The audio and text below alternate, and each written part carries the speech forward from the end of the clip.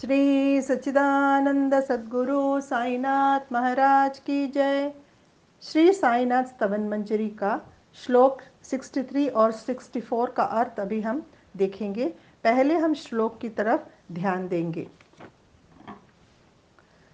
63 श्लोक। कोई यवन तुम्हें बतलाता, कोई ब्राह्मण तुम्हें जताता, कृष्ण चरित्र की महिमा जैसी, लीला की है तुमने जैसी।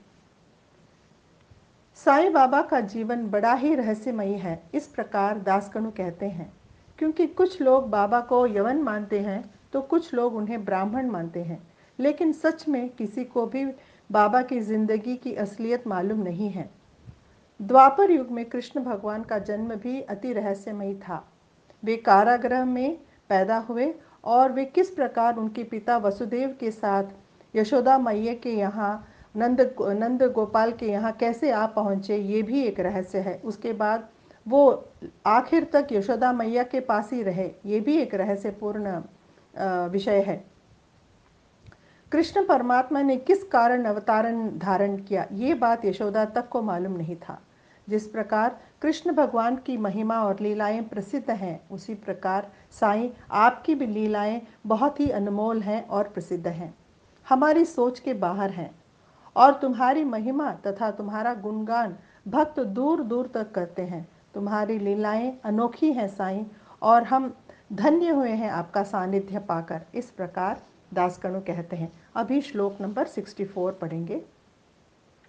गोपी कहती कृष्ण कन्हैया, कहे लाडले यशोमती मैया, कोई कहे उन्हें गोपाल, गिरधर यदुभूषण नंदलाल।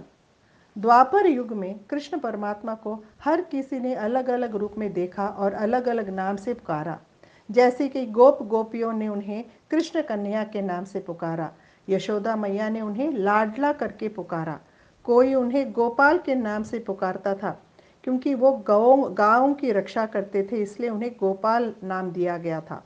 तो कोई और उनके मित्र उनके साथ जो खेलते रहते थे, वो उन्हें गिरिधर करके पुकारते थे, क्योंकि कृष्ण भगवान ने अपनी छोटी सी उंगली में गोवर्धन गिरी पर्वत को उठाया ताकि गांव वालों की, गांवों की और सबकी रक्षा हो पाए एक आंधी और तूफान से। कुछ और लोग कृष्ण को यदुभूषण नंदलाल भी कहते हैं। यदुभूषण वो है, मतलब कृष्ण जी का जो जन्म हुआ यदुकुल में हुआ था, तो वो उस कुल के भूषण हैं, आभूषण हैं, ऐसे भी पुकारते हैं। और उनके जो पालनहार, उनके पिता जो हैं, जिन्होंने पाला पोसा, उनका नाम नंद है।